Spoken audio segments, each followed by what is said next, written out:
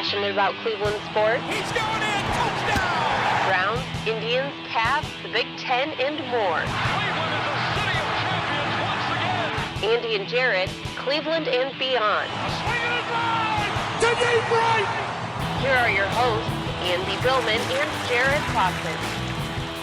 Hello and welcome, Andy and Jared, Cleveland and Beyond. He's Andy Billman. I'm Jared Watson, and this is a Cleveland Browns rumor breaking news type lead-in to the show.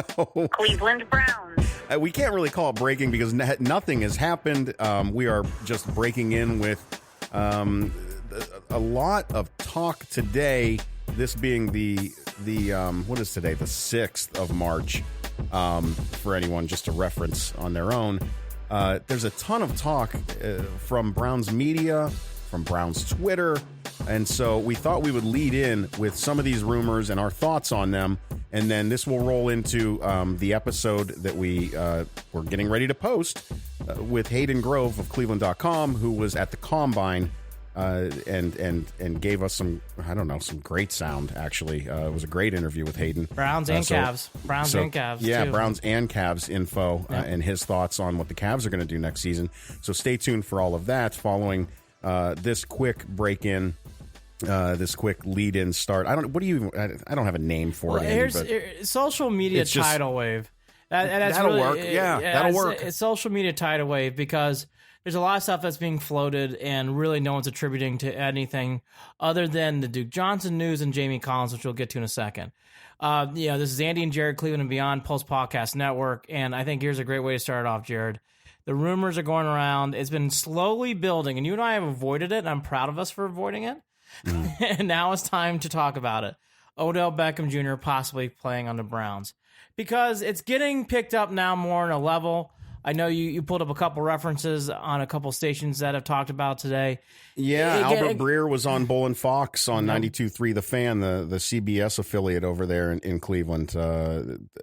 That he says that he thinks Dorsey's going to be aggressive, and that the Giants, he wouldn't be surprised if the Giants or their upper management are willing to move Odell. Yep. The one rumor I saw too out there, and it's just a rumor. It's not meaning like this is not something that someone can say sources. This is just hearsay on a wall. But the rumor is too that the Browns might be floating Zeitler out there, the guard, to also be part of this deal with picks, and that would make sense because it kind of takes away the money. Which the Browns don't have any money issues with that, but I think the Browns would like to take away some money and give some money back. Okay, to get stuck on Zeitler for a second, Zeitler getting traded to me makes some sense. I don't know if I would do it or not, but it makes some sense. It felt difficult for me to accept that move right now because I'm afraid to mess with an offensive line that was sketchy for the first part of the season, and then we got used to it actually working well together. Well, no, there's no question. There's no question. Look, this is saying, hey, we're putting Corbett right into the starting lineup, and we're ready to do this, and that's what that signals. I think Zeitler getting traded is very possible. I think because really we mentioned it on the podcast too. Corbett doesn't really have a home right now. He's kind of floating.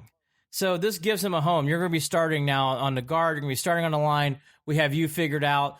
Zeitler gives us more money back, which if we take on back, which Browns don't have any money issues, but they're thinking longer term, which I do like what they're doing here. They're basically saying, look, we add some more money with Beckham, obviously. Right. We have a larger hole, but they're trying to fill out this team for 3 or 4 years down the road. But what they're trying to say is, hey, look, it takes out some of that money crunch that we were going to feel. So that, and they won't be, that's not the right term. They're just taking a little bit more money less than they should. And on top of it, Corbett starting makes sense in that way because honestly, Jared, him sitting out another year is not great. Understood. Great. Got that. And just to reference, you bring up the money, and I can't believe I almost didn't even mention this, and it's I feel like a jerk because it should be mentioned. But the Browns added their cap space. They've got $80 million now in cap space because they just released linebacker Jamie Collins as well. So a lot of us saw that coming too. Before we get into some of the bigger rumors and tying this back into Odell again, I just wanted to briefly bring that up because there were folks here that I think fans saw this coming. I think I saw it coming. It's unfortunate because Jamie Collins is the type of guy that he's got a good reputation in the league. He's got a good reputation in the locker room. He just didn't produce like we hoped on the field. I don't know how else to say it. Analytically, he's the leading tackler on the team. He does make plays. He also looked bad on plays. He also took some plays off. And when you're getting paid that kind of money, Jared, and on top of it, you're part of the analytical crew that did bring him in, that's going to drive people inside the Browns locker room crazy. I think that all played a part of it. I'm not opposed to this move, and the only reason why is Collins was getting overpaid for what he was doing. I'm just being honest. He was. That's the bigger point there, is that for the money he's getting, all you have to do is, compare the money he's getting and contrast that to the Browns' run defense last season. And again, that right there is why Jamie Collins is no longer with the team. Look, that's why they met. And we all knew when they said that. They're basically, Dorsey was giving an ultimatum. You're going to take a pay cut or you're gone. He didn't take the pay cut, and he was gone. And I don't think Dorsey was wrong to ask that. Again, Jamie Collins is not a terrible player. But what Jamie Collins is overpaid, and that had to go. So that's it. The Browns now have some holes at linebacker, but we'll get to that in another podcast. But they've had them anyways. They've had them. I think anyways. That's their biggest glare. I think that's the biggest eyesore on the team right now is the linebacker position. Yeah, Schobert. I don't know how much more you've got out of Kirksey, and we know that Schobert coming off injury was not what we were hoping. So be prepared. I know we're talking about this being a good year for defensive linemen getting drafted and stuff like that, but linebackers, the Browns are going to have to. They're thin, and they can't even do it. They can't do it all in the draft. They've got $80 million in cap space. We're talking about it. They're going to be in free agency, and there are some guys that probably make sense at linebacker that are going to be free agents that are free agents that we can grab. Right. I don't think it'll be Mosley, but I think there's going to be guys out there that they're going to take as linebackers to fill in those spots. And the Browns need to. And by the way, the Browns have to. It's not even a question. So let me ask you, because this is the bigger question here to me. Yeah. What do you do if you really have a chance to sniff out the Giants and get Odell Beckham? Because I've been back and forth on this. Let's go to the obvious positives. Look, it's video game crazy. Landry, Beckham Jr., you got Kareem Hunt, you got Nick Chubb, you got Callaway, you got Higgins. Higgins would be your 4. Holy cow. What a wide receiver core you have. It's pretty good. It's not Hall of Fame, but it's pretty damn good. You're lighting the field on fucking fire with those kind of moves, right? So you got all that stuff going for you. You're talking casino type stuff on the weekend. Now, the other half, Antonio Brown has masked Odell Beckham Jr. Odell Beckham Jr. brings some attitude. Positive and negative. Odell Beckham Jr. brings a lot of, bravado. He's going to bring me type of attitude at times. All that to say, Jared, I can tell you're ready by seeing your face. I'll let you lead off. If you're the Browns and you do it and you're going to trade draft picks, maybe Zeitler, do you make this trade to get Odell Beckham in the town? First of all, the trade, Dorsey, I trust that this trade will be done correctly if Dorsey's involved. Obviously we've got a guy who knows how to make these deals and isn't gonna overpay. No, if it doesn't work, then he's gonna walk away. Right? We know that. We know that Dorsey's gonna this is gonna go down the way that the Browns wanted, or it's not gonna happen. Yep. So I'm cool with that. That's part one, and I'm okay with it. Part two, we know the relationship that Odell Beckham Jr. and Jarvis Landry have. LSU kids. We know that Baker Mayfield has been hanging out with both of them in the offseason. Yep. And we know how they will work together. So that's part two, and I'm happy with that. Part three is what will Odell Beckham Jr. do to this locker room? And in my opinion, because of the relationship he has, that he's been building with Baker, that he has with Jarvis Landry, I'm not afraid, because you talk about Antonio Brown, but Odell Beckham Jr. did not hold his team hostage. Oh, I don't know. Beckham Jr. Oh, I don't know. I live in this area of the country. It's not the same, Andy. He showed up. He played the game. I'm telling you right now. Short-term memory. Odell Beckham's had some moments like Antonio Brown. He has. It's not to the extreme, Antonio Brown, but well, then here's this. Then here's 4. Then here's part 4. All right. And you're right. Short-term memory. You're damn it's right. Short-term memories. I'm telling you. Listen, I'm looking through rose-colored glasses right now. Odell Beckham Jr. does this stuff. It's coming our way if he comes. So then to here's the next thing. Then. All right. Is it a 1-year deal? Well, no, you're taking his contract. You're trading him. What's he got left on the contract? Oh man, it's numbers. I mean, right. Look, I haven't even looked, and that's why I'm saying I haven't even looked. I don't know the numbers. I haven't, and mainly because I haven't looked at any of the numbers on any of this, mainly because I never thought it was a possibility. I never thought it was in the, we are only looking at this now, Andy, because we have had our hands forced. We have been forced to talk about this today. You have to. It's in play. So here's how I come out. If you would have told me 2 years ago, I'd be like, hell no. And I was on 0-16 Browns. I'd be like, hell no. No, I don't want. It's just not the right moment. Well, no, you'd have been just. It would have. There was no reason. There was no reason. It would have been so bad. All right. Beginning of last year, hell no. This year, okay. To repeat some of your statements, Mayfield's a leader. Landry's an LSU kid. Beckham's an LSU kid. Maybe that has some juju there. There are some things in there that you like. They're all hanging out with each other. I would pull the trigger. Here's what I am warning everyone out there. I would pull the trigger. I would do the deal. It's just too enticing. It's too enticing. He needs to be healthy, which Odell Beckham's not been healthy. And he has got to perform and let Baker be the team. He overshadowing Eli. I like Eli Manning. I'm more Eli Manning pro than other guys are. I like Eli. Overshadowing Baker, I think, is going to be a tricky thing for him, and I don't think he'll do it. I don't think he'll allow him to do it. So I would pull this trigger because I think it's too enticing to think about Odell Beckham Jr., Callaway, and Landry out in the field. Jared, I think that could just burst so many things on the well. And then when you add in late December a Kareem Hunt and you fly out there, it's going to really put a lot of pressure on teams on what to do with the ball, and they're going to be flying down the field. I think you make the trade if you can do it. I think Zeitler making the trade too would make it all worthwhile. The only thing I'll warn myself and warn other Browns fans, the buyer beware is Odell Beckham does carry some baggage from past experiences, so that should come in play here. The other, yes. The Odell Beckham Jr., so it was a 5-year extension with the Giants, and that was last year. Yes. God bless. See, I didn't even realize that.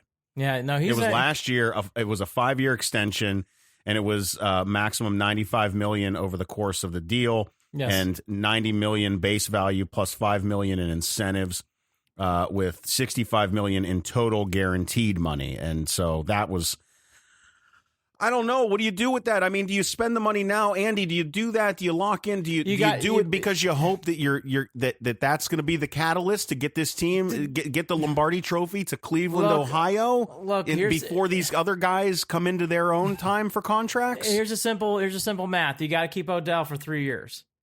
So you got to keep Odell Beckham in 19, 20, and 21. You have to. Because if you don't... And not only keep him happy. Yeah, and healthy.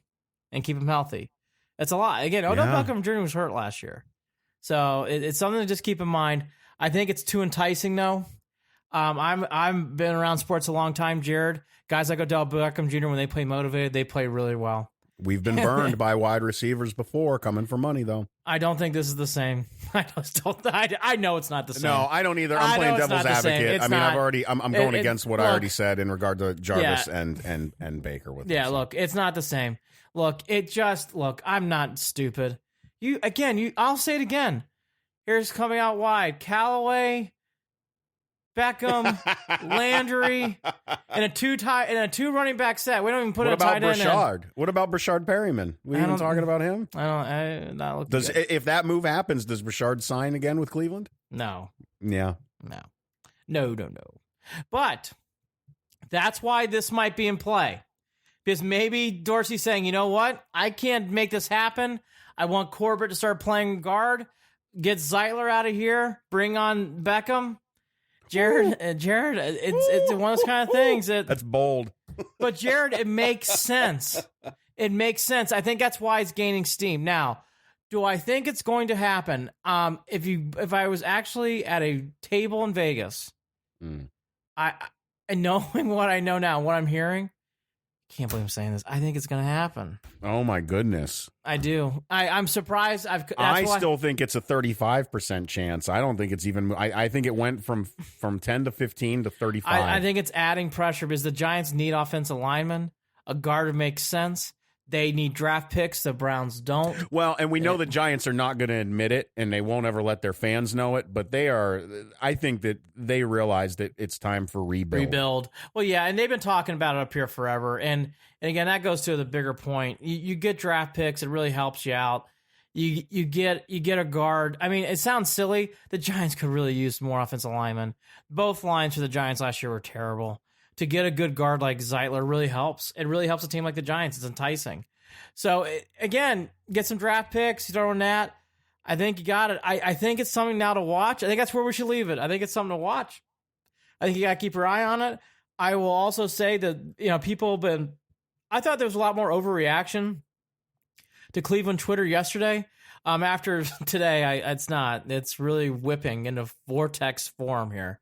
Where, I mean, it is just really whipping hard. I mean, well, and I didn't even notice at first. It didn't start out with the Odell Beckham Jr. stuff. To switch gears one more time, and we should. The last rumor, story. Yeah, the last rumor, and the last thing, and it all comes from John Dorsey's statements at the podium in regard to the Browns signing Kareem Hunt, and when he spoke and answered the question to whether Duke Johnson would be traded or would still, is he still going to be with the team? Do you want Duke? And I don't remember the exact words, but Dorsey did not give. It was not a feel good answer if you're a Duke Johnson fan and a fan of the guy playing for the Browns.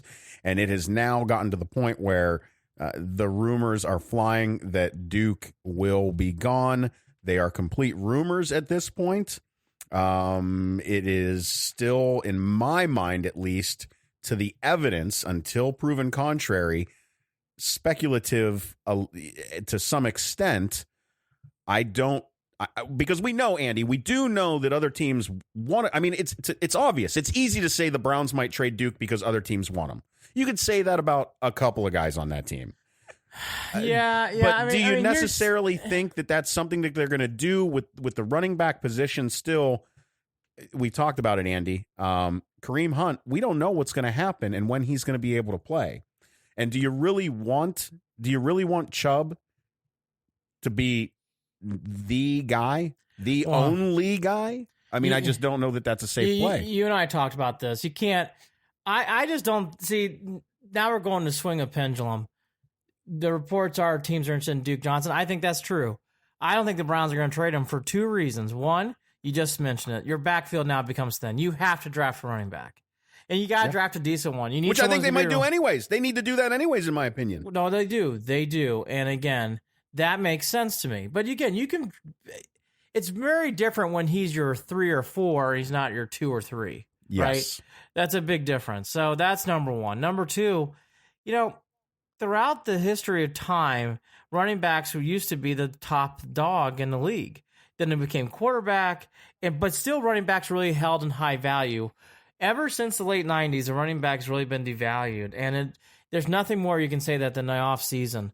Off-season running backs are not valued. You're not going to get a high draft pick for Duke Johnson. You're just not. You're probably looking at that. You're just not. I mean, you're looking at a 3, a low 4, maybe even a 5. I don't think that's crazy. But why do that when you know if you do want to trade him, hold him in the middle of the season when someone gets injured and trade him for a 3 and really get what you want to out of it and then that way Kareem Hunt's back and your rookie's playing to your speed. I just don't think it's smart, Jared. The running back position is the most fragile position in sports. I love Nick Chubb, but Nick Chubb did miss he was injured in college for a season. So it isn't to say it's unrealistic to think he might be injured in a game. And he's a running back on top of it. Keep Duke Johnson. Trade him at the trade deadline during the season if you want. I'm not going to. That would make sense. I'm with you 100% that would make sense as long as, we're looking at an established backfield, well, Kareem Hunt's through back. that part of the season. Yeah, right. Once Kareem comes on board and he's full, I don't know how you feel, but it's like we're not naive. Duke Johnson's playing time goes really down quick. Well, it's already, he's disappeared in games throughout the season already. Yeah, this is his fourth. What is it? We're going into his fourth or fifth year in the league. Something like that. I mean, look, I know I talked to you about this throughout the year, and I'm not as much as a Duke Johnson lover as others. But again, I'm more on the fence about him. I don't think he's bad. I just don't think he's good. I think he's okay. See, a lot of Browns fans would say you're wrong. He's a running back who can catch the ball, and he's explosive out of the backfield in the flat, and that's where Duke really makes his money. And the issue with that is, okay, but it's far and few between, right? Yeah, it's far and few between. I've seen enough of Duke Johnson to tell you there's better guys out there in that spot, but he's not awful. But he's not all again. It's okay to say Jamie Collins is okay. It's okay to say Duke Johnson's okay, right? And people were harsh on Jamie Collins on social media today, even with that. Yeah, I was gonna say Jamie Collins. Look again, the thing that's gonna kill Jamie Collins on the way out. Then we'll get back to Duke. Jamie Collins got caught on camera, and he deserved to get embarrassed. He didn't play hard in some plays and took plays off, and we saw it, and we went through it on last year's podcast. It happened with him, and that's no good. That's no bueno. And that's the reason why. With Duke Johnson, he plays hard every play. But, Jared, I've seen enough of Duke, and I kind of realized it last year during the middle of the year again. Again, he's a solid player, but this bursting speed, this breakaway tackling, I just didn't see it last year. So I think that's kind of where that's kind of where we end up with them. So that's kind of where we're at today. I would say keep an eye on Twitter. Free agency starts a week from today on the 13th. Jared and I will be all over that. We'll probably do a podcast between now and then. But again, it's interesting. Odell Beckham Jr., Jamie Collins gone. Duke Johnson, like I said, was reported by Cleveland.com. Teams are interested. The Browns, again, they don't go quiet in the wind. Boy, they make a lot of noise at any time during the year. It's proven again here. I will say it's exciting. Well, and let me wrap it up with this, and we'll shoot it straight into the your regularly scheduled podcast program. It's this simple, Andy, that we talk about it all the time. It's nice and quiet, but it can't stay quiet for too long in Browns land. You know that. And part of this is just the fact that some folks are just biting at the bit for something to happen, because when it is too quiet for too long, everybody gets antsy. So maybe that's part of what we're dealing with right now. Time will tell. Andy and I will record something if need be, but until then, listen to the rest of this podcast and listen to Hayden Grove's insight that he got from down at the NFL Combine, and we'll be doing another episode soon. So thank you very much. Without further ado, here's Andy and Jared, Cleveland and Beyond, the real episode. Take care. Passionate about Cleveland sports? He's going in! Touchdown! Browns, Indians, Cavs, the Big Ten, and more. Cleveland is a city of champions once again! Andy and Jared, Cleveland and beyond. Swinging it live to deep right! Here are your hosts, Andy Billman and Jared Foster. Hello and welcome, Andy and Jared, Cleveland and Beyond. This show is a part of the Pulse Podcast Network. I'm Jared Watson along with Andy Billman. Coming up, we're going to talk about the Browns, the Cavs, and have a conversation with Hayden Grove, who's down at the NFL Combine right now. He's, of course, from Cleveland.com. But first, here's a message from TixBlitz. They're the official ticket provider for the Pulse Podcast Network. Have you been searching for the best ticket deals around? Well, look no further. With TixBlitz, the price you see is the price you pay. And TixBlitz just happens to have over $6 billion in ticket inventory just waiting for you. They absolutely mean it when they say every ticket, every venue, everywhere. And you can save even more with promo code PULSE in all caps to save you 5% off your total purchase. Just go to TixBlitz.com and click the search bar. Search events based on your geographic location, pick the show you want, and bam, it's showtime. Sporting events, Broadway shows, concerts, and more with TixBlitz.com. And while you're there, be sure to sign up for the email newsletter so you can stay up to date on the latest news and savings with TixBlitz. That's TixBlitz.com. TixBlitz.com. Every ticket, every venue, everywhere. Just use the promo code PULSE for 5% off. That's PULSE, P-U-L-S-E, in the promo code for 5% off. They've got a wide variety of tickets, from sporting events to music concerts. Check it out. It's, of course, easy to use. Andy, Browns. Cleveland Browns. It's been quiet, and that's been a good thing. We're not used to this. This isn't normal for us. We don't have to deal with drama. The drama that was bubbling up, anytime it seems to bubble up, seems to be tampered rather quickly. Are you used to this? Because it's strange to me, and like I said, we're going to talk with Hayden Grove about this from Cleveland.com in a little while too. But this to me is it's a new Cleveland Browns feel. It is. I would also say it's much needed. I used to dread this time of year. I am not. I love the NFL and I love college football. I am not a combine guy. I don't get interested by the sprints and the hand measurements and how far can you jump in the air. I know there are people that are. It's just not my cup of tea. I'd rather watch basketball and get into that stuff and talk about the tribe rather than that. So I'm glad in a way because I like putting that in my back view mirror and on the front. And the Indians and the Browns have really had a calm week, to your point. There were some bullet points, which we'll go through now. I think the one to start off with, it was not big news, but it was news I wanted to hear. I think you would agree. Greg Robinson's coming back on a 1-year deal.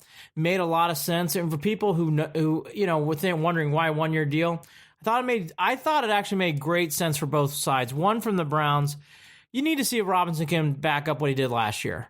It was a 1-year tryout. He did a nice job in the last 8 games, but it was only 8 games. You don't want to sign him to a multi-year deal and then have him falter. So I thought it was good from him, and it was good for Robinson. Robinson wasn't going to get paid a lot of money, and he's a left tackle. He can make big-time money if he really shows and shells out. So I thought it made sense for both sides. I like the move a lot. And Jared, what I really read into that move is now you can really – that was the one position – I thought outside of you can always use playmakers, but I thought that was really the one position, Jared, where you could see legitimate first-round pick maybe being used to, but not now. I don't think the Browns use it on any kind of offensive lineman at this point, which is good. I don't like that. I like drafting linemen later in the draft, not in the first or second round. No, and I haven't looked around, but I'm guessing that if they do want to grab a few guys, there's going to be some free agency opportunity or some guys to get a chance to come in and try out. Does that make sense? Well, you got Harrison, too. I mean, that's the thing that the Browns have. They have 2 guys on the line who are backups who might be considered future starters, Harrison and Corbett. So you got 2 guys who are ready to go. So really, it's rare. The Browns kind of have a good 5 and a good 2 waiting. So really, the Browns don't, I don't know. I mean, you can sign someone for sure. But aren't we? How worried are we about Harrison and what to expect? I mean, it was called an experiment the entire time that he started at the beginning of last year. Here's the thing I would say, and this is why it was an experiment. Greg Robinson did not play well for the Rams either when he first came in. And he really felt the pressure of being the number 2 draft pick overall, and it didn't work out. And look how well he played last year. So it does take time. It's not instantaneous. The one guy I'm actually less, it's funny, I'm less worried about Harrison actually, because if they think he's talented and he's coachable, he'll make it. Corbett's the one I don't get a vibe for yet. Is he a center? Is he a guard? I'm having a hard time hearing what he's going to be. And the only reason why I get kind of rankled or nervous is that's kind of what we felt in the past from Cam Irving, and we know how that worked out. Right, and we worry about putting that pressure on Bitonio too. I know. So we'll see. But anyways, that was good that Robinson's back, and you can tell Robinson was excited. Nothing yet on Perriman and Higgins. We'll ask Hayden Grove if he's heard anything live in Indy. The one thing that has kind of came out about those two, though, I think Higgins, whether he gets tendered or not, I think Higgins comes back anyway, so I wouldn't really be too concerned. Really, the story here with Perriman is you got a guy like Drew Rosenhaus. How much does that play effect? Rosenhaus a couple of years ago, was it last year or 2 years ago with Pryor?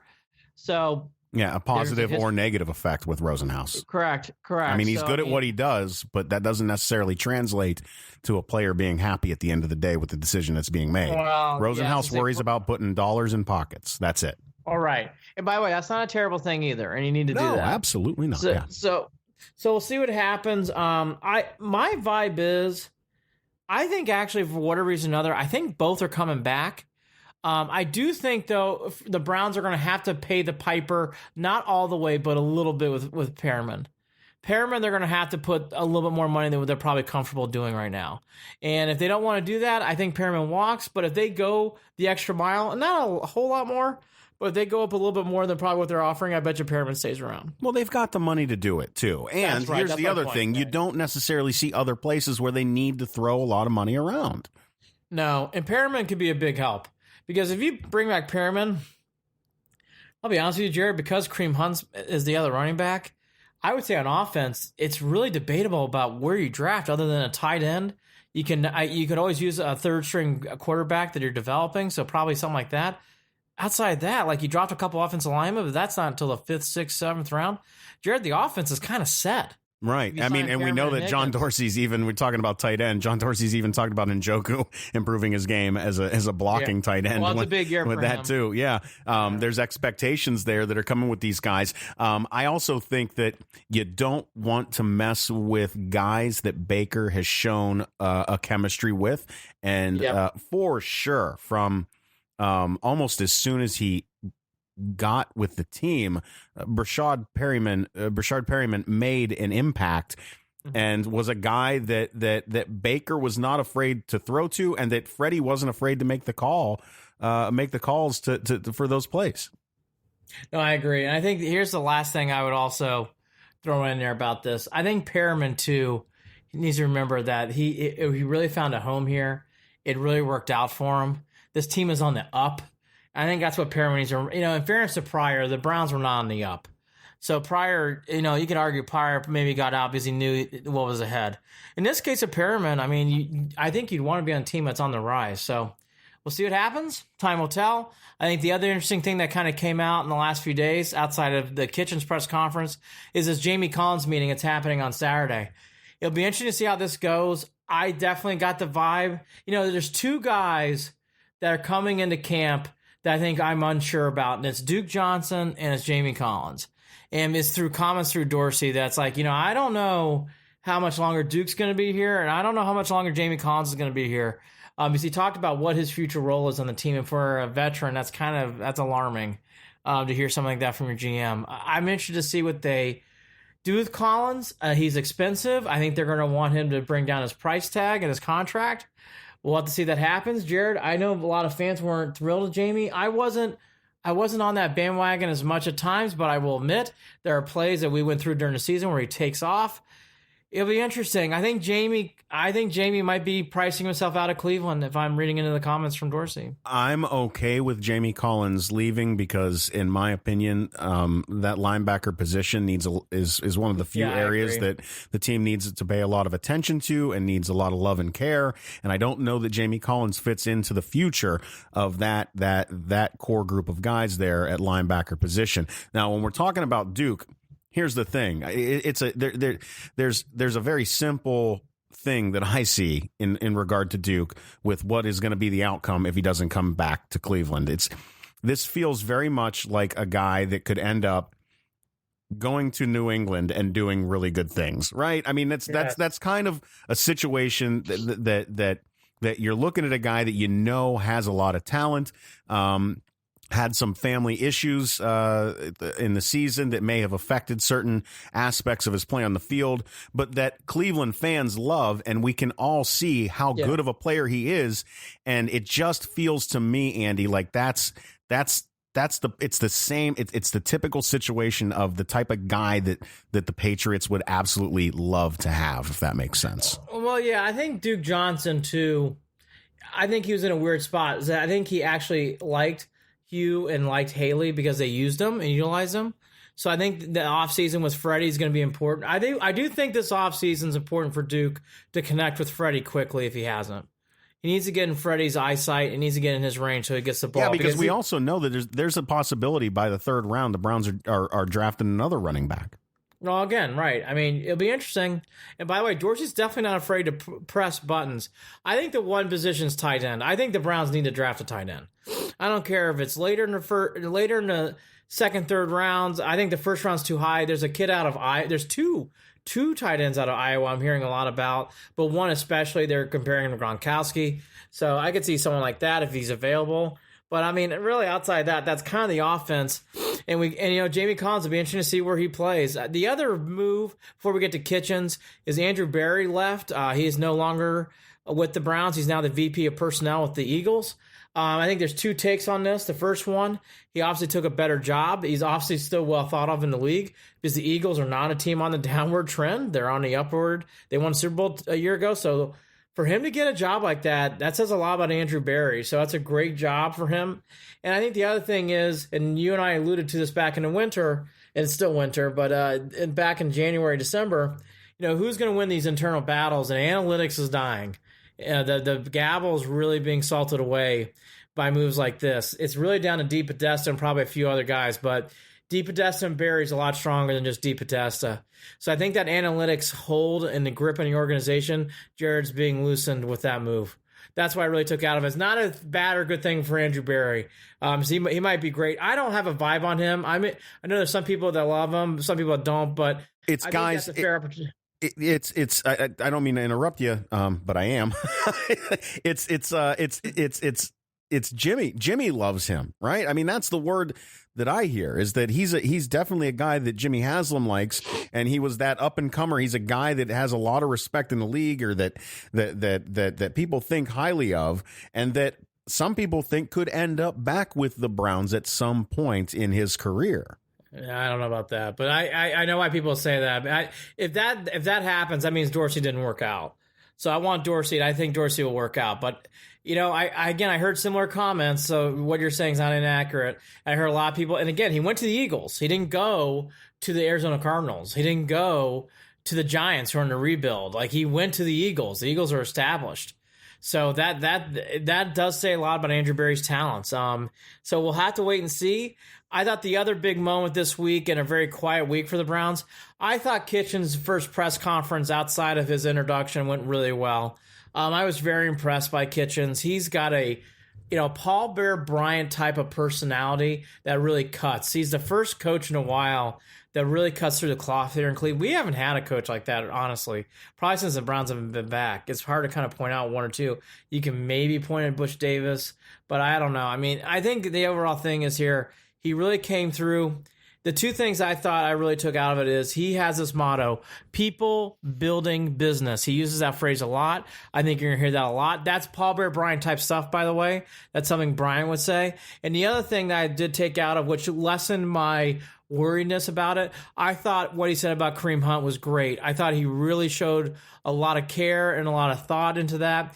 That really impressed me, Jared. That I got to be honest with you, with everything I heard from Kitchens, his answer was very thought out. It didn't feel forced. It didn't feel like he was memorizing it. It felt from the heart. It felt he's a human being. He's a person that understands his goals. He recognizes the goals of this team start with individuals, and if you're not taking care of yourself first, how are you going to perform on the field at the end of the day? At least long term and in a positive manner. No, I agreed. I think Kitchens came off really well. For people who haven't listened to it, you can re-listen to it on certain websites. I would re-listen to it. It was a good listen. I was already a fan, Jared. I'm becoming more and more and more of a fan of Kitchens the more he talks. I mean, he is very easy to listen to, and I really, really enjoy him a lot. So I thought Kitchens came off well. There was really no rumors to who the Browns are taking, which isn't surprising for multiple reasons. A, the Browns don't rumor that stuff anymore. And B, they're in the middle of the draft. So for them to kind of get a vibe on who they're going to draft this early is probably too soon. We'll ask Hayden anyways, but I don't think he'll have an answer either. I think the bigger thing, though, that came out of the draft that's non-Browns news was really the Browns, to your point, have been quiet. The two things I'm hearing, one does affect the Browns, the other doesn't.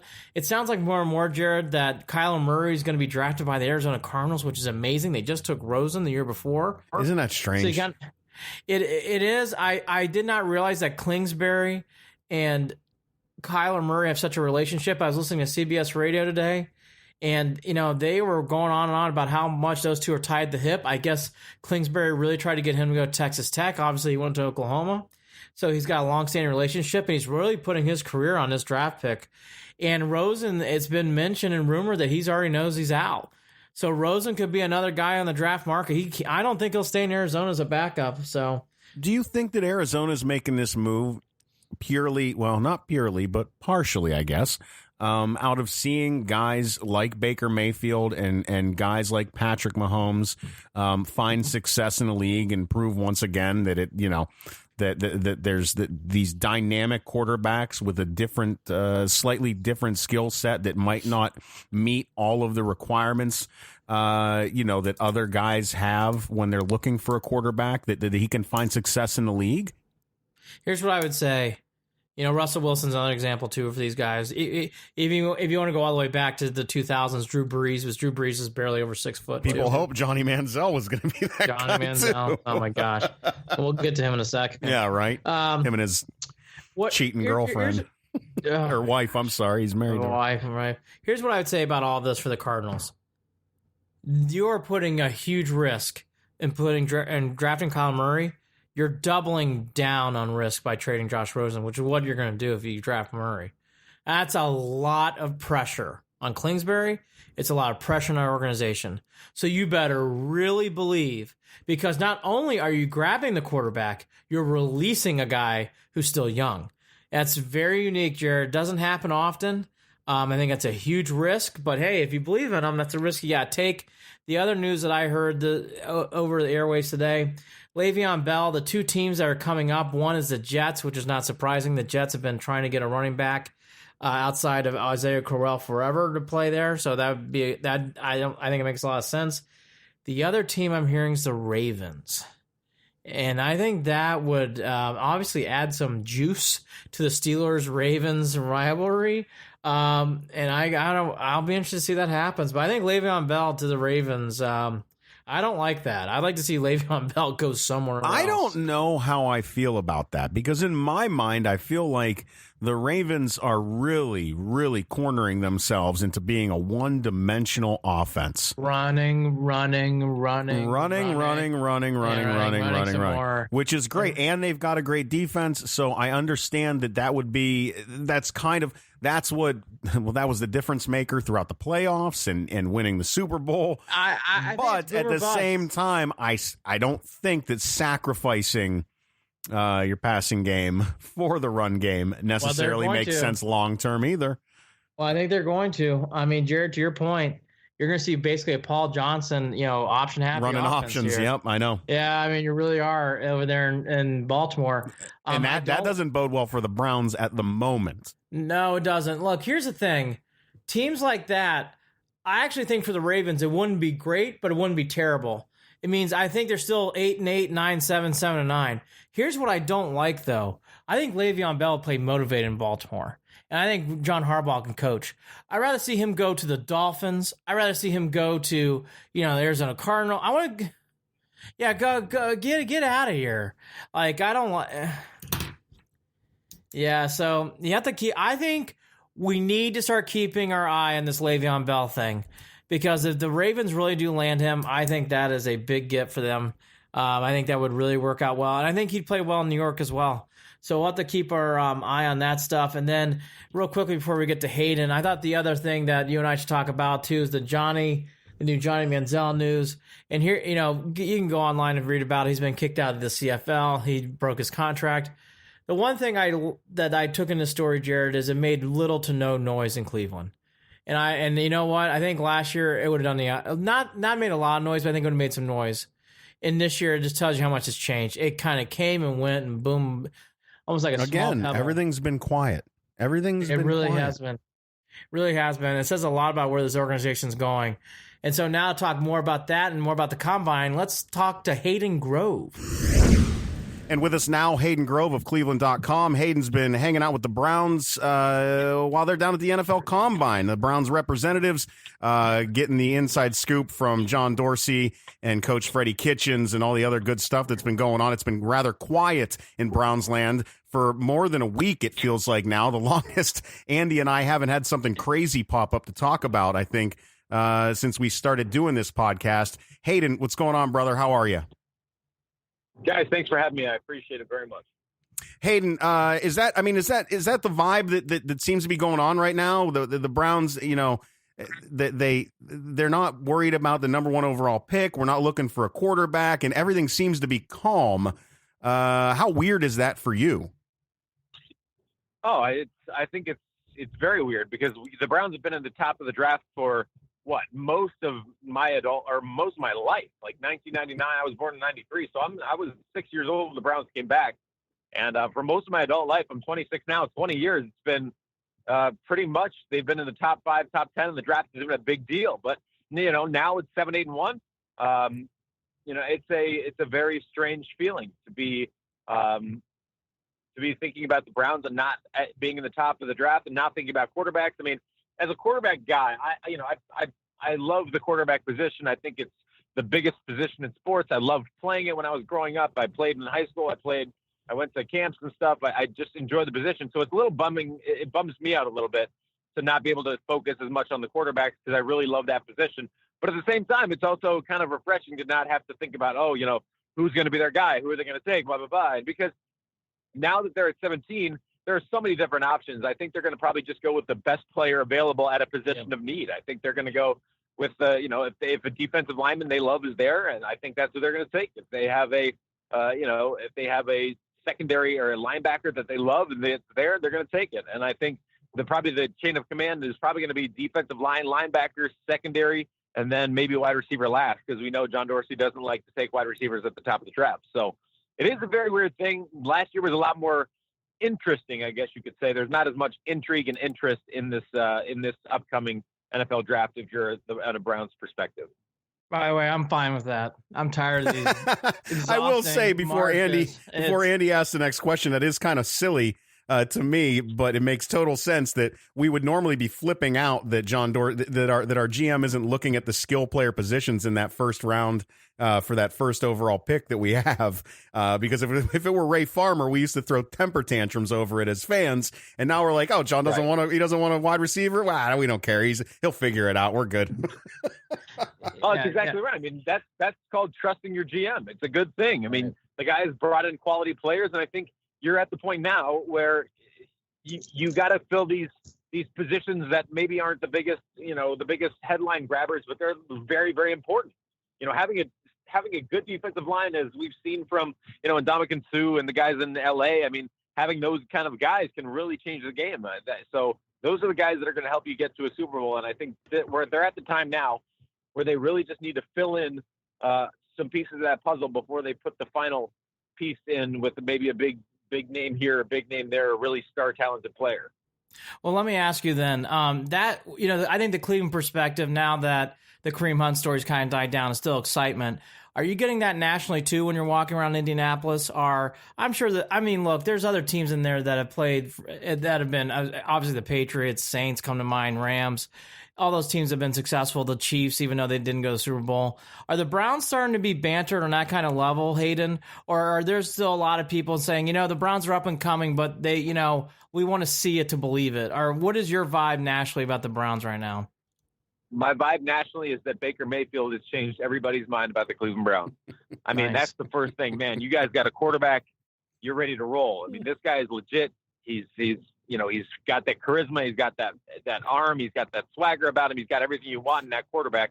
And, he's going to change. He's the guy. Finally, Cleveland has the guy. And I think everybody recognizes that and they're excited about it because, again, the Browns are one of the most beloved franchises in America. And, it's unfortunate that things haven't worked out for them because there are so many fans that, have fallen in love with the Browns over the years. So nationally, there are plenty of national writers and national media members and national guys who, probably grew up Browns fans. I mean, Right. I know a couple off the top of my head, and, I think everybody's excited to talk about the Cleveland Browns being good again, having a quarterback. It's the jokes were tired. The 0-16 was tired. Hugh Jackson was tired. Now it just seems like there's a whole new life and a whole new energy with Freddie, with John, with Baker, with the whole triumvirate there. And it's really just a great thing to see from the national perspective. Yeah, you kind of hit upon it. Dorsey, I think, made the first big impact last year in the offseason, and obviously what Baker did was great. I got to be honest, I've been really pleasantly surprised with Kitchens and how he's taken this job so far, and I thought his press conference, he came off really well this week, and he really has been talking this motto of he is in the people business of building. It's very, very much Paul Bear Bryant kind of stuff, which is great. I love that stuff. Is that the vibe you're getting too with him? It sounds like he is really quickly making a presence on this team. And I didn't know if that was going to happen or not, but I felt it in that press conference. You can tell he's making an impression already about who he is and what he's about. Well, he made that impression already. That he made that impression. I mean, honest to God, and I'm not going to say I knew. I got a tip a while ago that they loved Freddie and that Freddie was going to get a chance. And I think that was in December. Mm-hmm. And the way that they talked about him, it's just that you knew it was going to be him. He was going to have the chance, unless he really blew it in the interview, they were going to hire him because he already has that. He has that swagger. He has that confidence. He's made that already. He's already made that mark within the organization because, again, he treats people like people. Yeah. He doesn't have an ego. He just treats everybody and he treats, he's focused on human beings and interacting with people as human beings. He's worried about what makes a guy happy. What can I do to make a guy happy? What can I do to make a guy motivated? What can I make a guy, or what can I do to make a guy, work a little harder or get a little, or work on something different? He's very focused on that kind of stuff. And that's so important. It's so important. It's more important. I think it's more important than people realize. Cause I remember when I played, there were certain things that my coach would say that would, he knew me well enough to where he knew he was the same kind of guy that just cared about everybody as a person.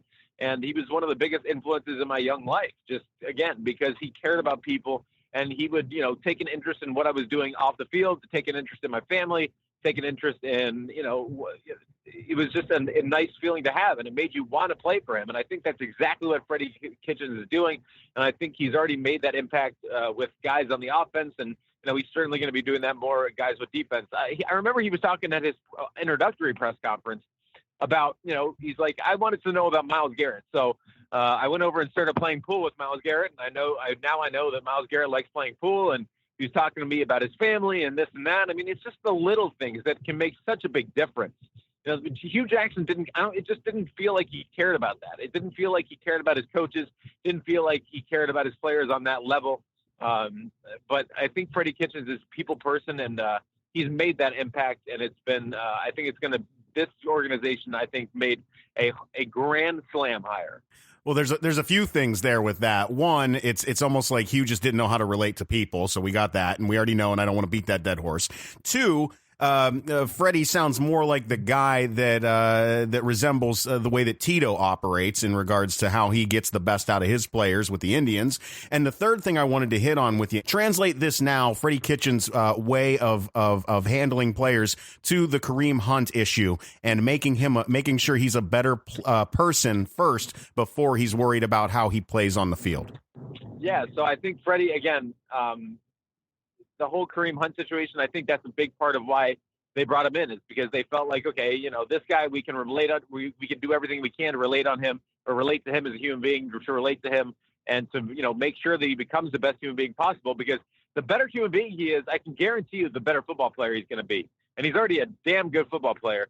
So, if he gets to become a better person, gets to, do the right things, act the right way, that's only going to make him a better football player, and then the Browns are that much better for it. So I think that's the whole bottom line of this. Get to know these guys as well as you can, make them as good as you can make them as a human being, as a football player, and the Browns are going to be so much better off for it. It's so much better doing that than just, picking a guy based on his numbers and his talent. And I think that's where analytics, I really think, I don't hate analytics. I don't. I think it's a very different and unique way to look at the game. But you cannot place enough of a price tag on getting to know a guy, what makes him work, what makes him tick, what makes him happy, what has him comfortable. How can I make this guy the most happy and comfortable that he can be to where he's going to play his best? I think that is the absolute most important thing. And I think that's where analytics can get lost. Okay, this guy does this, and the average is this, and he throws this pass and he runs this speed. But, is he going to run that speed if he doesn't feel like he's valued? And that's, I think, a very, very big part of what was missing with the Sashi Brown era. No, I agreed. You can't analytic emotion. You can't analytic. No, you can't do that Guys, stuff. I wish I could tell. And by the way, in regards to Freddie, I wish I could tell you some of the things that have happened off the record and just the kind of human being Freddie is. Well, you can really, if you want. and then I'd get Then the Browns would revoke my credential, and that would be it for me. But just some of this, again, he's just off the record. Some of the things I've heard, and some of the things, he's a phenomenal human being, and I'm excited for the Browns because no matter what happens, sure, I think that Freddie is going to be the guy to take them to that next level, and I think that it's a home run hire. But even if it's not, you're not going to walk away from Freddie being like, that was a bad hire, he's a bad guy, whatever. Yeah. It's gonna, even if things aren't perfect, and things kind of, even if they end, the bottom line is they're not going to end badly. Things with the Freddie Kitchens and the Browns are not going to end badly. If he gets released or fired someday for something, fine, but they're not going to end badly. That's all I'm going to say. No, I agree with you. I mean, I don't throw that compliment around lightly. Like, he does remind me of Paul Bear Bryant at times. The way he talks, the way he speaks, being an Alabama kid, he's got that presence. He really does. Like, he cuts through the cord when he talks, and it's refreshing. I mean, I'll be honest with you. Obviously, Hugh didn't do that, but did Shermer do that? No. Did Chud do that? No. And I mean, you go through these coaches, we really haven't had. Maybe, but I think it's been a while, so it's good to see. It's good to hear. Well, I think that the funny thing is that I don't care what you talk like. Like, I don't care what, Belichick doesn't say a word, but I guarantee you that guy acts in the exact same way. He knows his players. Yeah. He knows what makes them happy. He knows what makes them tick. He knows, who these guys are and why they are the way that they are. And that's very, very important. That's why I think he's gotten the best out of guys like, the Julian Edelmans of the world, the Wes Welkers, some of the other linebackers and got other players. I mean, he knows how to motivate him, knows how to make him tick. And I think that's what makes him so important. And I think that's what Freddie is going to do with these Browns. Well, I think you're right. I'm going to ask you a three-parter here, but they're all kind of the same vibe. Anything you're hearing about Perryman, the thing we've been hearing about Perryman sounds like he's going to wait till after free agency. Anything new about Higgins you're hearing? And then you kind of already answered it, but I'm hearing the same thing. It sounds like the Browns are going to go defense, but have you heard any players that the Browns like so far and so far in the combine? Those three things. So Perryman, Higgins, and any kind of leads you think the Browns might be drafting or anybody they might like. Sure. So I'll start with the last one. John Dorsey didn't let out the first pick in the NFL draft until Baker Mayfield, or until he picked Baker Mayfield. I mean, none of the national guys had it. Everybody had Darnold. Everybody had, one of the, it was basically Darnold all along. And then all of a sudden, the morning of, it kind of gets out a little bit. But I mean, he's so tight-lipped, and his organization is so tight-lipped that no, I really haven't heard specific names. Sure, you can see a couple of guys that were interviewed by the Browns, and you can see it. You can see it that way. I think that some of the guys that they've talked to time and time again. But I don't have any names. I really don't. And maybe that's. I think it's because again, I don't want to just throw a name out there and be like, hey, I've heard this, but without any specific. I have sources. I have guys but I haven't talked to any of them during this combine time because they're very, very busy. They're doing their thing, right. And they're interviewing these guys. So. Maybe within the next couple of weeks, I can come up with a couple of names for you. Sure. But right now, no. And so in Brashard Perryman, it looks like he's going to test free agency. But again, I don't think it would be smart for him to leave because again, you don't want a Terrell Pryor situation. You don't want to try a Terrell Pryor situation where you go to Washington, you get screwed, you get hurt, and now you're kind of looking for work. Right? Because that would be a good idea for him. We know Terrell Pryor has made the comments that he probably made a mistake in leaving Cleveland, and I'm thinking that this body of work for Perryman looks great for now, but it's really not developed. And staying with the Browns is probably gonna be the best move for him. I don't know what kind of money he's gonna get testing free agency. And it's the same agent again. Drew Rosenhaus again representing the client, right? Which ended up and Pryor regretted that move. Yeah. Exactly. So I think it would be smart for Brashard Perryman to come back to the Browns. And then, maybe he tests free agency because, maybe he does get a bigger deal and he can kind of work the Browns a little bit that way. I'm fine with that. Yeah. I'm fine with a guy trying to maximize his money. That's fair. That's very absolutely fair. That's very right, smart. Absolutely. Good point. As much as I give Trevor Bauer crap, he's very smart at that too. He's going to maximize his money. So, I was just talking to a buddy of mine about Trevor Bauer. But anyway, Brashard Perryman, I think it would be like the Robinson thing. Greg Robinson takes a 1-year deal, $7 million. Could have tested free agency because he did make a little bit of an impact for the Browns last year. Instead, he's going to go to the place where he found it. He found it with the Browns finally, and he's going to go back there to perhaps continue to be in a place where he's comfortable, where he knows the guys, where he can continue to have that confidence. I think that would be the smart thing I think that was a smart thing for him to do. And I think that'd be a smart thing for Brashad Perriman to do. Yeah, don't look a gift horse in the mouth, I guess. Exactly. There was a third part to that question. Higgins. Right? Anything new on Higgins? I mean, he's restricted, but is there anything closer now? Yeah. Dorsey said something about maybe tagging him or something. I don't remember, tendering him or something like that. Right. So again, maybe they give him one more year to kind of make himself a name, and then from there he can kind of go get a big free agent deal. But I don't know if the Browns would be willing to give him a huge deal unless he really proves it on the field next year. So I think he'll be back. I think he'll be. I would say it's probably a 45% chance they get both back, but I think maybe 50. I would go 50. I don't know, maybe 50-50. They're both back. Yeah, I think it's going to come down to Perriman and Rosenhaus, to be honest with you. I think Rosenhaus is, he's the Boris of that sport. It's going to be interesting to see how much he can sway.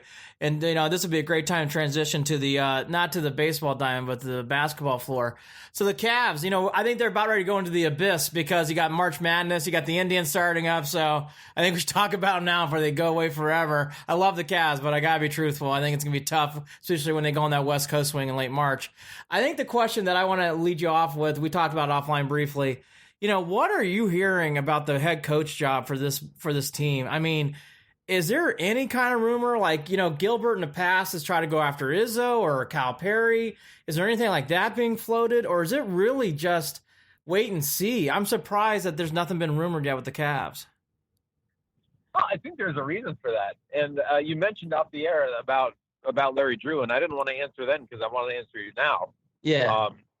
I don't think there's any reason why Larry Drew couldn't continue. I mean, I know that there may be an opportunity to hire a young guy, to hire, a guy up and coming in the G League, a guy up and coming, in the assistant NBA ranks, something like that. I totally get that. You want to bring in a fresh young face, but these guys, and if you watch the Cavs all year, sure, they've had some bad losses, but these guys battle their butts off night and night. They play hard. They're in a lot of games. They play very hard.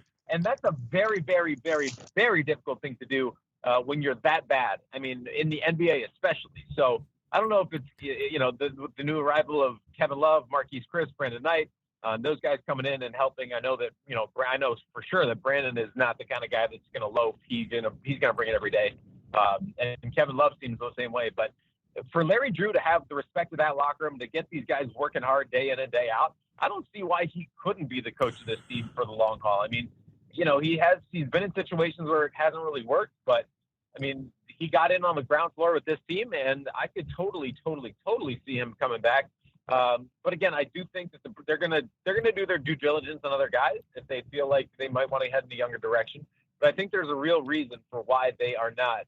There are no names really coming out, because I think they are going to give Larry Drew serious consideration. But a name that interests me is Jerry Stackhouse. He's done some good things in Memphis, so.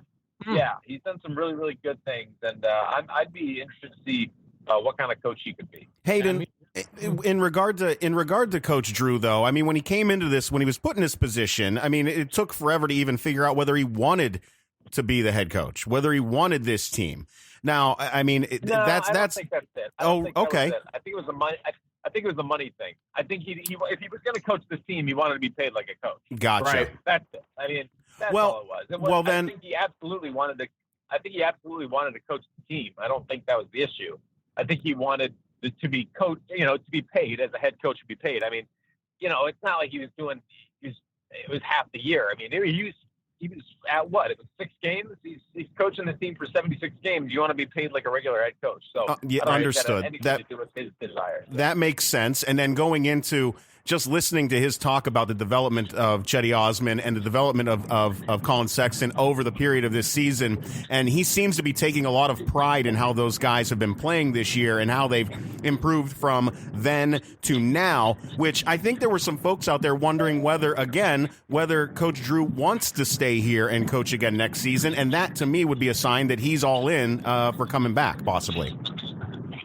Yeah, I think he is. I really do. Again, I think he likes this group. Again, and from the people I've talked to, from the people on the team that I've talked to, I mean, And the guys have said it. I think Brandon said it the other day and to the media. I mean, you would if you walk in that locker room, if you walk in that practice facility, you don't know what their record is. You couldn't tell for a second that they have 14 wins. I mean, look at the win last night. I love that. They were down 6 with 3 minutes left and gutted it out. Come back and win. I mean, these guys, as bad as it may be for their draft lottery stock, they don't care.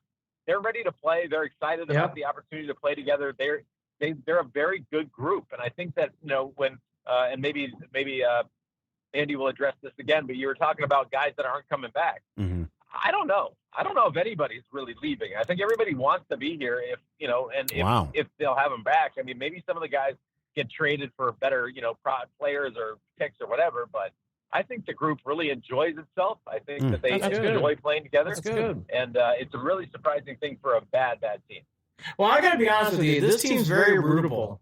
I did not feel like this team at times was rootable, even with young Kyrie and Tristan running around before LeBron came back. The Cavs at times they were hard to like. Earl Clark had a quick stint, and Mike Brown came back. But I agree with you, Hayden. This team's very easy to root for. Obviously, I want to ask your opinion. I don't mind the Cavs winning. I think I'm going to guess what you're going to say here.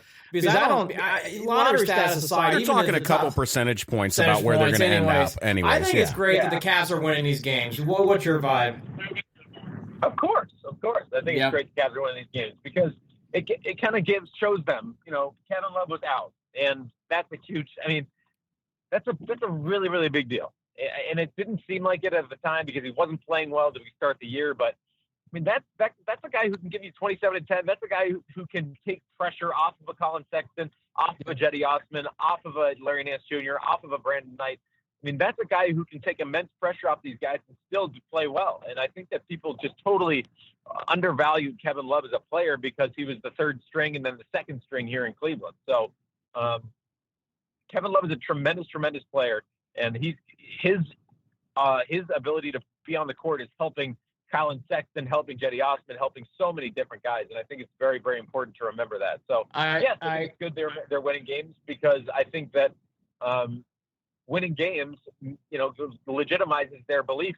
They have a decent, maybe they're not a great team, but they have players that can play and they can be competitive. Yeah, I agree. I thought Kevin Love really showed up in the Memphis game. Because Memphis next night on a back-to-back beat the Lakers. And you could just see in both those games how much of Kevin Love. And Jared knows this. I'm a Kevin Love guy. I love Love. I think people forget he played such a big defensive play in that Game 7 in Golden State. And sometimes that gets forgotten. And he had a big moment there with Curry. That's not an easy spot. So I agree with you. Let me ask you, we were kind of talking this offline, so now it's starting to hit them. The three names I've heard all year from different people, whether it's reading The Athletic or Cleveland.com, is Tristan Thompson, Kevin Love, and Jordan Clarkson possibly not coming back. You kind of hit it. Are you hearing anything more about that? Are you getting any vibe? I think the one name I'm starting to waver is Tristan. I know Tristan's had a lot of off the floor stuff going on in his life. Do you think these all three come back, or do you think, hey, the team's actually coming together? Maybe that was we were guessing too soon about them not coming back. What do you think? Tristan, Love, and Clarkson. I could see all three coming back for sure. Tristan's a very, very interesting case, and because I think his contract is big. He was the Iron Man. He played a million games in a row, and now he just doesn't care. And he's had all this off-the-field stuff. So I don't know. I think Tristan is the most likely to go out of that group. Yeah. I think they're going to keep Kevin. I absolutely do. I do too. Because I think they think that he's, if he's happy to be in this situation and they're happy with him as they are, I don't see why would you trade him? You're going to get worse. I know you're trying to tank, and I don't even know if you're trying to tank. I don't know what it's a very weird rebuild, but getting rid of Kevin Love does not help you. I don't think it does. I don't think it helps you in the short term or the long term. So I would bring him back next year for sure. And then Clarkson is interesting too. He's getting better. I think I would give him another, more time to develop as a backup, and more time to come off the bench and score. And maybe that's the guy at the trade deadline next year if you feel like you need some cash or you need some, you need to get rid of some cash or, stock up on picks or whatever. Then maybe next year you could trade him. But I would bring all three of them back And Tristan's really interesting. That's a really interesting one. Yeah, if you would have told me before the holidays, I'd say I think Tristan's coming back. After what I've been hearing and, listening to you the last time we talked and seeing, I think Tristan coming back might be hard. I think it might be good for Tristan, too. Not that he's not a Cleveland guy. It's not that. I think it might be time for him to get a fresh start and go somewhere and play well. I think that might be the best thing here for everyone. Real quickly, we talk about Sexton, you talk about Chetty. I think Larry Nance Jr., we kind of know where his mold is. Out of these other young players, who else are you seeing as kind of standing out? Like, is it Nawaba maybe? Is it that guy Chris? Who I've actually kind of liked Chris so far. I know you like Knight. Like, is there any of these young guys that you're seeing that the Cavs are playing that have caught your eye in the last few weeks?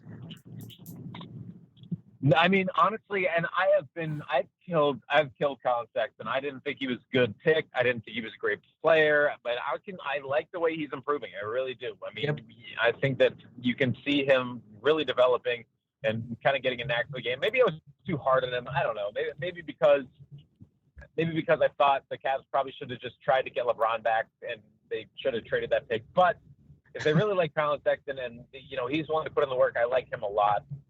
I'm biased because I know Brandon very well. I've been watching him since I was 14 years old. He's still getting his footing under him. He's been out of the game for a year and a half, almost 2 years. So I think once he gets back to being 100% healthy and 100%, ready to go, I think he'll be a good scorer, good shooter, and a guy that's not going to make a lot of mistakes. Marquise Chris is so up and down for me. And I think when he's good, he's really, really good. Yes, I know where you're going with this. Shoot from outside when he's playing well, when he's engaged, he's really good. But when he's bad, he's really bad. You got to find a way to make. You got to find a way to make your average better. Like have your good games, but don't have as many bad games. Find a way to be average on the nights where you're not great. So I like those guys, but I think the best out of all of them is Jetty. I think Jetty, LeBron, and maybe I'm too much of a LeBron homer or whatever. I don't know. I think the guy is just the best, the bee's knees, if you will. And last year, LeBron was talking about all the time about Jetty Osman, how he could play, how he saw it right away that Jetty Osman could play. He knew the game. He's been playing the game since he was 13 years old in Turkey. He's been a professional basketball player. He knows it. He knows how to play. And, I'll take LeBron's word on that 100%. So I took it last year, even when Jetty wasn't playing well or playing a lot. And now you're seeing this guy just really develop. And I think the best part of his game that's really developed is his shooting. I think his three-point shooting has really, really come a long way because he's put in the work. And I think the more work he puts in, the better he becomes, the more versatile he'll be and the better player. So I'm excited. I think Jetty Osman can really, really be a good, maybe if not a superstar in this league, he could be a really darn good player and get himself a lot of money. Hayden, I think that a lot of this, kind of like watching the Indian season unfold, for the Cavs, it's going to be a wait and see situation, and that's how I'm playing this out. We see some things that we like, we see some things we don't like, and the only thing that I can say in between is that we don't really know the direction that the team is going to go when it comes to the offseason and what they're looking to build for the futures. But to jump back real quick go ahead. Hey, Jared, you say that, but if somehow this team gets a Zion Williamson or an RJ Barrett, and he pops in that lineup alongside, again, you do a Colin Sexton, Brandon Knight, Jetty Osman, Zion Williamson, Kevin Love, or maybe you add. I mean, I think that team competes. I think that team competes. I think that you think one big move could end up putting them in up into a 6 or a 4 seed next year. Maybe not a title mode. Right. I think the East is really damn good. We've right. seen it. But it puts you in a position where maybe a piece here, a piece there. Maybe you get a trade deadline guy, a buyout here. I mean, maybe you are in a playoff position. So I was the guy that before the season said that they could, make a little run here. And, I thought the same thing, but injuries got in the way with that. Yeah, injuries killed him.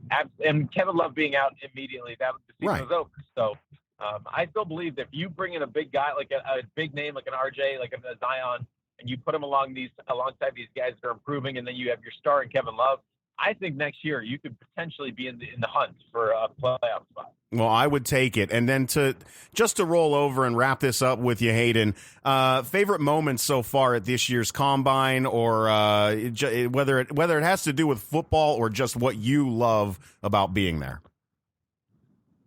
Oh man, I'm really like, I don't know. I think the coolest thing for me is just seeing a lot of different people. Just seeing a lot of different people. I mean, be it famous NFL guys, or be it other media members I went to college with. I got caught up with a couple of classmates that I went to Ohio State with. One works for the Bengals, one's covering the Ohio State for 11 Warriors. I'm at Cleveland.com.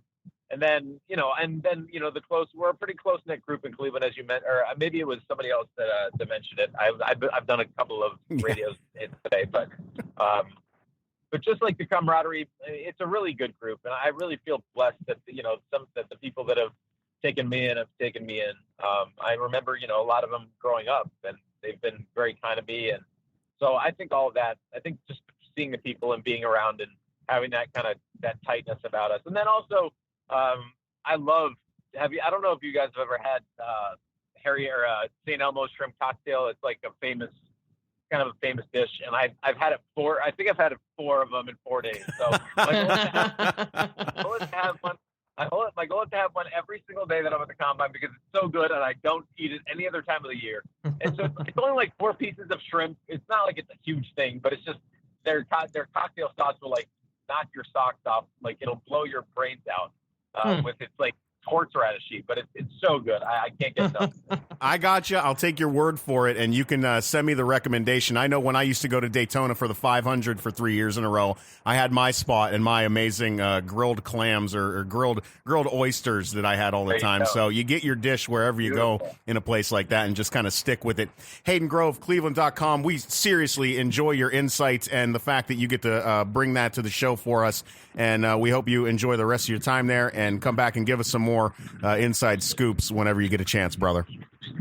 I appreciate you guys very much. Thank you. And again, keep on keeping on. You guys are doing a great job. I enjoyed the podcast, and we'll talk to you soon.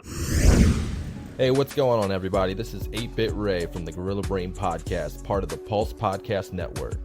Did you know that you could be using this spot to advertise your company or business? Well, I've done the research, and podcastinsights.com report that podcast listeners are loyal, affluent, and mostly college educated.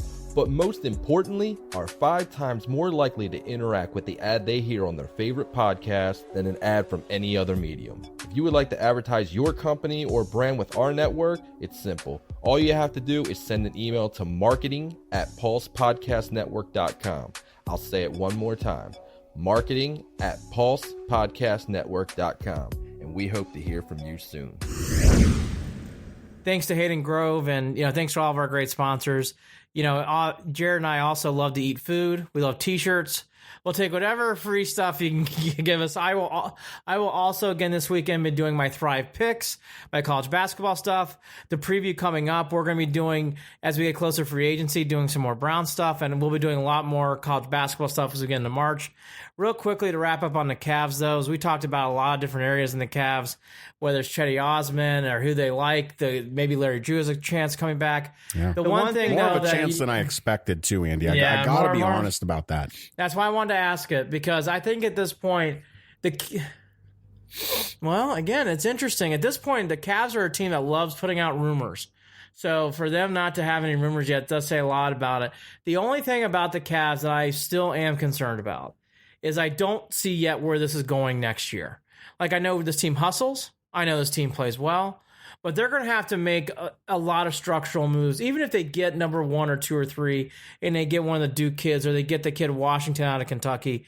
Really, the Cavs have a lot to do still to see where this next steps are going. Because the one thing, anyways, you go ahead first. Even with let's say Hayden said, like Hayden said, like we plug in a certain guy here, we plug in a Zion, and we put them with, your Kevin Love and your Chetty Osman and your Colin Sexton and your you're looking at an improved lineup, but again, you're looking at a young lineup, and you're looking at a lineup that hasn't played together for all that long, including plugging in this new dynamic player, whoever it may be, this young kid coached by Larry Drew. Hayden might be right. That might bump us up into that 6 seed, into that 4 seed, something. I mean, I think a 4 seed is pretty crazy to even think of being a possibility, but let's say that happens. I think even that would take a while to develop over the season. Yes. To come together. I appreciate the optimism. I still feel like it's a wait and see. But I get what he's saying. I think he's saying there's not going to be many changes, and if you plug in the right guy, it's going to make the difference. I agree. I can appreciate that. Here's the one thing that I haven't expressed yet, and we'll do this in the next one more. I don't know if Zion's going to be as high level as people think. I think he's going to be very good, but I'm telling you, I think at times it gets a little overblown with him. We'll have to wait and see. I'm not as like sure thing as other people are. I really want to see him play more. But with that said, he's very, very athletic. And the kid Bagley, he's the obvious number one. I mean, there's no question. He can hurt himself at the end of the year. Knock on wood, and obviously, and still end up the number one pick is my point. I mean, that's agreed. And by the way, you're right. And Bagley would be good. I think Bagley's good too. And again, number one draft pick overall, Zion Williamson. I don't want to hear from people, oh, he's the next LeBron. I don't know. The next anything I don't ever want to hear. I hate that. By the way, you know that'll happen. Oh, I hate it. It's corny. I'm sorry. Yeah. I'm never a fan of the next anything. The next Apple, the next Uber, the next Netflix, the next anything. Stop it. The next Jordan was LeBron, and that's not even, it couldn't be further from the truth. They're completely different. No, agreed. So I just want to get that out there too. I don't want to go too sour grapes, but I can see that happening. So that kind of is the state of the Cavs. You know, I think the big thing to hit on here, Jared, is how much longer can fandom sustain itself with everything that goes on in the tournament, everything that goes on with the Indians, everything that goes on with the offseason Browns. I think the Cavs are going to be challenged. I think they really will be. I think a part of their strategy is keeping Kevin Love. I mean, that's a part of it when it comes to the fans specifically. But other than that, yeah, I mean, the Cavs. It's gonna be tough. I like the optimism that Hayden has, and I'll probably see the light at some point. We'll see how that plays out. I think that's a very realistic viewpoint. I know I'm not laughing at you because I think you're right. I think that's a very realistic viewpoint, and you and I are not that far off. Oh, I came around on the Indians. I mean, I still have my concerns, but I definitely am not thinking that they're completely burning down everything. It's not a dumpster fire. It's actually going to be okay. No, it's going to be okay. Real quick, the college basketball, great win for Ohio State this week. They beat Iowa at home. Fran McCaffrey lost his mind, started yelling things at referees. He's suspended for 2 games, by the way. He's got an anger problem. He needs to be very, very careful. That was not nice what he did. Not nice, as we used to say in our house. Not nice. It makes basketball a lot more fun. So that's a good win. The Buckeyes play my Boilermakers on Saturday. Please leave them alone. It's senior day. You got your win this week. Just exit stage left. Let us take care of business here. You got your little win. Time for Purdue to take out the Buckeye garbage here and move right on to our last 2 games here. That's a little dig. I love you guys out there. That's a little dig. That was my little Boilermaker dig. Just a little one. Games to watch this weekend. Jared loved it. He's tongue tied. He loved it so much. I don't care. That's my point. I don't ever get upset. Go ahead and say what you want, Andy. Listen, I treat those comments like I treat everyone else's comments when it comes to dogging on the Buckeyes. Okay, that's fine. We'll just keep winning, and that's fine with me. That's basketball. That doesn't happen. I understand. Yes, gotcha. But still, it's Columbus. Come on. But football season's almost here. Yep. Here's and then I will shut my mouth. I don't know. It didn't have to after last year. Oh, that was great. I think we're still scoring. So Kentucky plays Tennessee 2:00 Saturday. That's a good game to watch. There's a few other games here and there to watch. Really, what it comes down to, from what I can see from the tournament's eyes, North Carolina's coming on. I mentioned Kentucky last few weeks. I'll have more opinions and thoughts. The one thing though that has kind of turned my eye is what Michigan State has done and that great win they had in Ann Arbor. Kudos to Izzo and those guys. They really outplayed Michigan, and they've really kind of taken control of the best team. I mean, how much I love Purdue. If I'm being fair, the best team in the Big Ten this year is probably Michigan State. To win that game in Ann Arbor the way they did, Jared, was an impressive win. And down 2 players. No Nick Ward. No, I forget the other guy's name off the top of my head, Langford. That's just such a great win. How do we feel, though, with Michigan State basically repping the Big Ten? I'm not there yet to say Final Four or championship. Yeah. But they've caught my eye. And I'll say this too about Michigan.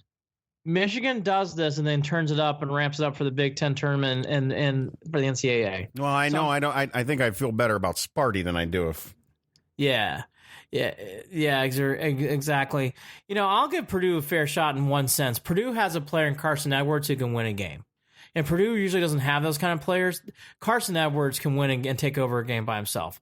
So that's a good thing here for Purdue. And I think, to put a bow in the Big Ten, I think Ohio State can get in. If they can score, they can do damage. They're athletic. Wisconsin's Wisconsin. They're going to do what they always do. And I think Iowa, even though they had a bad showing, they've won tight, close games. And that's what you have to do in a tournament. So I think those 6 teams, Jared, I don't think are in bad shape heading in. I really don't. I think they can do some damage in the right situation. Even Ohio State, if they can score, have to put the ball through the hoop. That's their big ammo. I mean, they haven't shown. Listen, you've had a full season of not scoring. I just don't. I know. I have no hope for it. I'm gonna watch. I'm gonna watch, Andy. I'm gonna maybe I'll bet to force myself to watch. We'll be doing all sorts of picks. So I'll do my picks this weekend, and the other team's Maryland, too. Maryland had a terrible loss. That's the last thing about the Big Ten, then we'll wrap up. Very impressed with how Illinois and Penn State are playing out the season. Penn State beat Michigan. Penn State beat Maryland by big score. Game was never really competitive. Penn State and Illinois. Illinois had a great couple wins, too. Jared, those 2 teams have really shown a lot where a lot of teams can check out. You have not seen it this year in the Big Ten. Been very, very impressed by the bottom feeders. That's what's made the Big Ten so good this year to me. Northwestern should have won a couple of those games when they had Wisconsin and Iowa on the ropes. Every game in the Big Ten this year has been a dogfight. Really, even Rutgers. Rutgers beat Minnesota last Sunday. No easy games this year. Really no nights off in the Big Ten. That's what we'll be prepping for. I'm sure we're going to talk more tournament basketball we're basically there. I mean, that's where we are right now. So you and I will talk offline. We'll do a lot of planning for that. I think the other thing here to watch here as we wrap up the whole show, keep your eye on to see what happens with the Indians and the relievers and the outfielders. Still time to adjust and make certain moves, as Mandy mentioned. We did our Indians preview in the last show. Check back in with that prior episode if you haven't yet. Yeah, we'll do more of that. And I think for this next week, the preview coming up, we'll get into the Big Ten tournament by the end of next week. The Browns free agency will be a week away, so we'll get into that more. We should know more about Jamie Collins and others.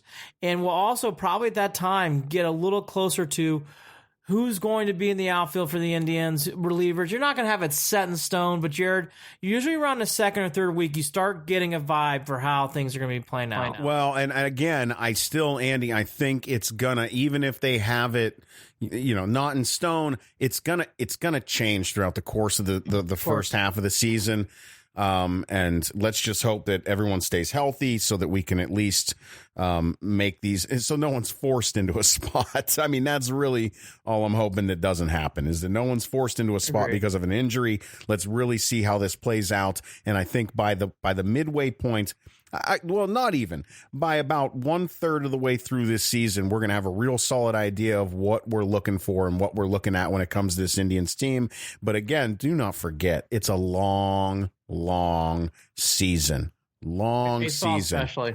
And Tito gets that, so trust him. And I think this team is going to be okay.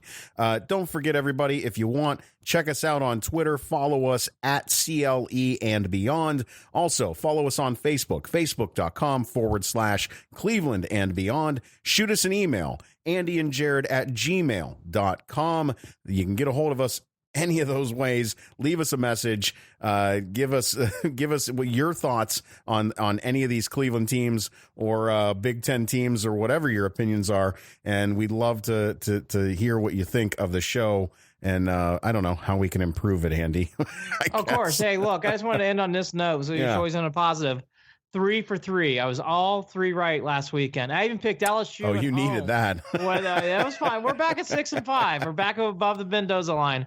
A lot more fun picks coming. But yes, please give us your thoughts and opinions, and look out for my blogs over the weekend on college basketball. Yep, and you can find the blog over at andyandjared.com or clevelandandbeyond.net. 2 different links, same exact webpage. You can find us there. He's Andy Billman. I'm Jared Watson. This is Andy and Jared, Cleveland and Beyond. Thanks again to Hayden Grove of Cleveland.com for today's interview, and we can't wait to see you again soon. Take care. Bye.